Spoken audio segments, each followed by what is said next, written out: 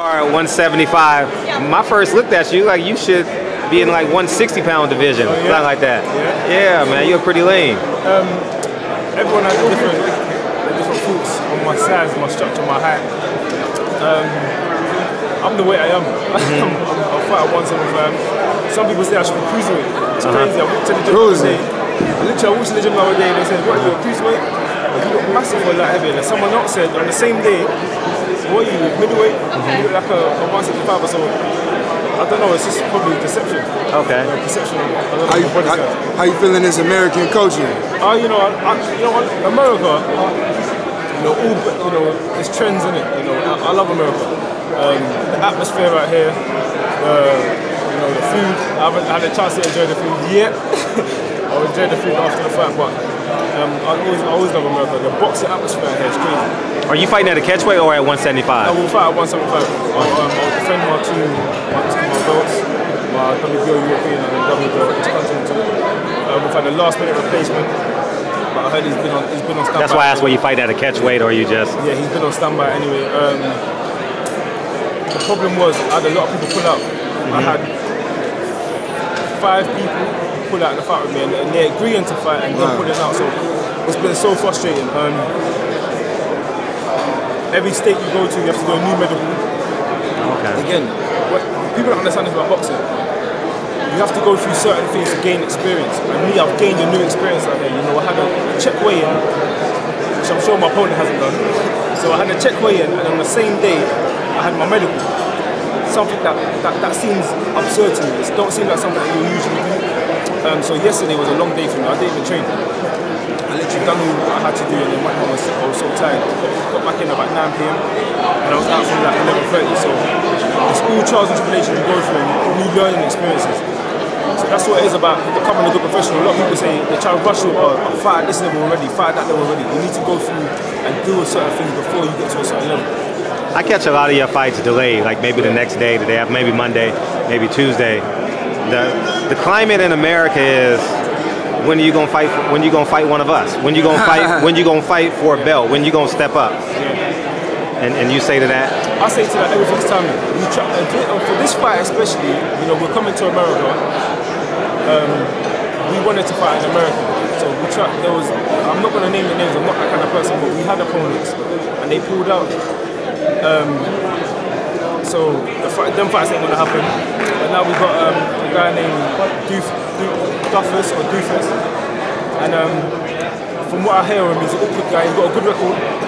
He's at 19 wins, 16 knockouts. I think he's lost 5. So again, he's got a good record. He's a puncher like me. So we should have a good matchup. How would you stack up 175? Who's #1 at 175? Well, I always focus on myself. I'm not a world champion yet, but who's #2 at 175? Right now, there's how much is there? 4 world champions. You got Bivol. You still got Andre, Maturviev, Adonis, and boy that just knocked out Alvarez. Oh, Alvarez, yeah. So there's Alvarez as well. So there's 4 world champions. So I can't really call it. I don't know. I just focus on myself. I know it sounds boring if I keep saying this, but reasons like this is the reason I focus on myself. People pulling up my growth. I need to focus on myself and worry about what I'm doing, bettering my skills. I've got now this Saturday. I've got an opponent that's meant to be awkward, so I haven't been training for a particular style. I've been training all round to try and do any style I get. So again, that's another reason I focus on myself. Are you staying here, or are you going back to the UK? I'll stay for a little bit. You gotta check it out. You gotta see what this is about. Now, you gotta enjoy the country, What do you think about the main event? The main event, fantastic. It's history. History. It's been. We haven't seen it in. I can't remember. As long as I've been alive, I can't remember 2 undefeated heavyweights fighting each other in their prime. For me, they're in their prime. For heavyweights, the age of 30 and 33 is prime. They're both undefeated. Come on, man. This is a massive event. Massive. You've got a puncher against a boxer. For me, you can't get any better. They're both talkers. Not like they're both one don't talk and the other talks. They're both talkers, so they've been going at it. Who wins? I don't know. don't know. You got the Yarde, you know, you can't fault Wilder. People have spoken about him before saying he's not good technically and all these other things. He's had 40 fights and knocked at 39. And the guy he rematched that he didn't knock out, he knocked him at first round. So no matter what people say, it's not an accident that he's knocked out all of them people. Now, So, sorry. go on. I was just gonna say, now a lot of people in America might not know you a big music head, right? Say that again? You a big music head, right? You into the music, right? I love music, man. I love music. You rap. I don't rap. No. Oh, you know? I like to stick to one craft. I used to do a lot, but in Britain we got like MCing, grand music. I've done a bit of that when I was younger. That's just growing up in it. You know? I started boxing late. I started boxing when I was 19. I'm 27 now. Turned professional when I was 24. Had my first ever amateur fight when I was 20 years old. So I trained for a whole year, worked on these skills, learned the fundamentals, and just went in there. Tried to go in there with like a savage mentality. Just fight. Why boxing? Why boxing? I know it sounds cliche, but I feel like boxing chose me. I was into other sports. I've done athletics, I've done soccer, football, played basketball for my school, and I had injuries. Each one of them. You know, I used to push a lot of weights when I was younger as well. You can tell. Still carrying it, yeah. Due to the athletics, I started boxing. A year into boxing, I said, you know what? I cut out the weights. I stopped doing all sorts of weights, and then yeah, I just feel like boxing chose me, man. I've always been interested in it. I used to watch Mike Tyson and say, I don't know how this guy, because Mike Tyson was on the first boxing I saw, I don't know how this guy is going out in front of all these people and having a fight. I remember in school, you have a one-on-one and your school's following you. Two popular people fighting in school and the school's following you, your heart's doing this. Your heart's going, oh my God. So that feeling to fight in front of the world against someone that can actually fight as well, I couldn't comprehend that at that age, but now I'm doing it. I don't even feel the nerves. Because I feel like boxing, I started boxing at the right time when I was mentally ready. What's your take on Anthony Joshua versus Deontay Wilder? Do you believe the $50 million was there? I don't know. You know why? I don't know. Do you think he's a coward, as Deontay Wilder says? You know what? I don't know, because I'm not in either camp. You know, the only output I'll be putting on that is my opinion of things I've read and seen. And everything you read and see, you can't believe, because the only. What does your heart tell you? My heart tells me that both of them want to fight each other. That's just me being honest. You know, as fighters, a majority of us fighters, when you got a big fight like that, you want to fight, you want to scrap. Especially if someone starts chatting rubbish or saying, oh, you're this, you're that. You want to scrap. So Eddie Hearn's stopping the fight? I don't know. I mean, I'm trying to get there. I'm trying to get to a destination. Honest, that's my final answer. I don't know, because I'm not Eddie Hearn. I haven't spoken to Eddie Hearn about the situation. If I did speak to him about the situation, he would tell me what he wants me to know. So the only people that do know are Eddie Hearn. Who wins? Joshua Wilder. The people that are dealing with it. Who wins the fight? Again, I don't know. We will know when that fight happens. They're two knockout artists. I feel like stylistically, Wilder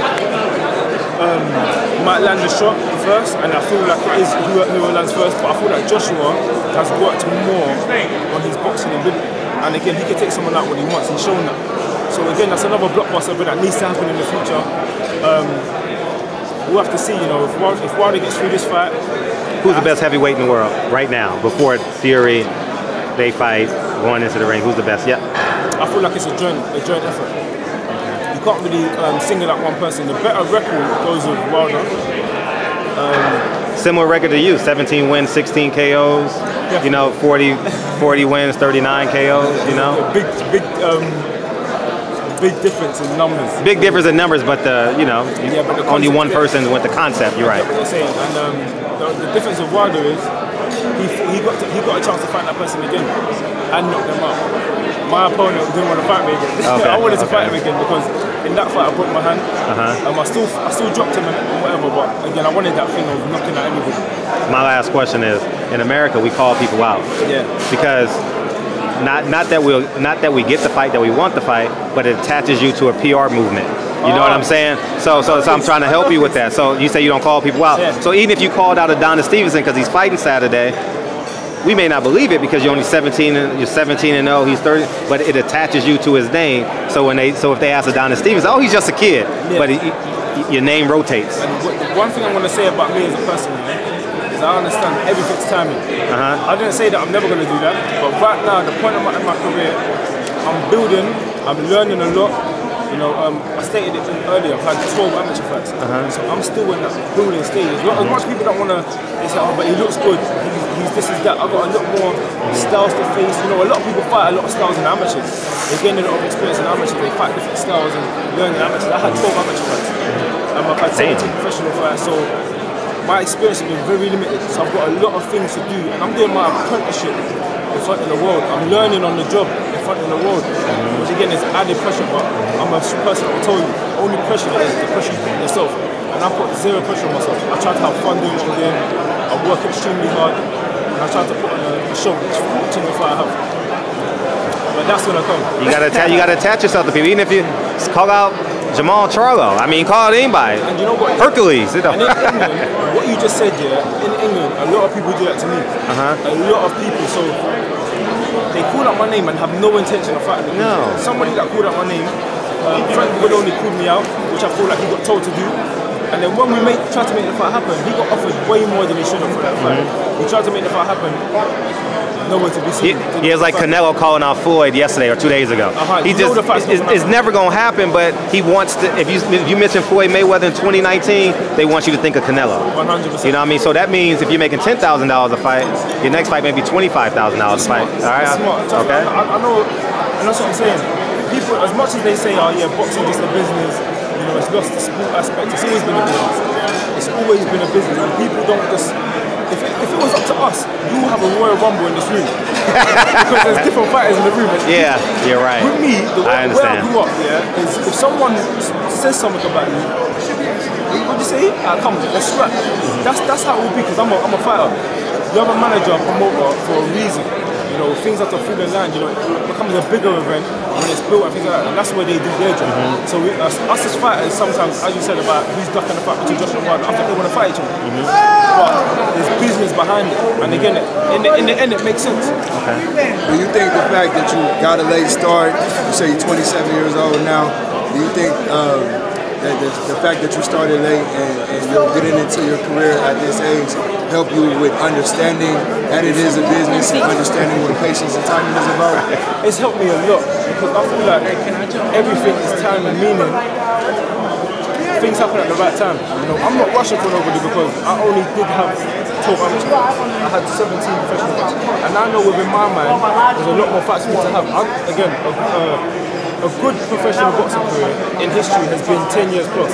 If you look at the history books, I've been professional for 3 years. I've had 17 fights, so that's 7 years left in the sport. For me, I'm in no rush.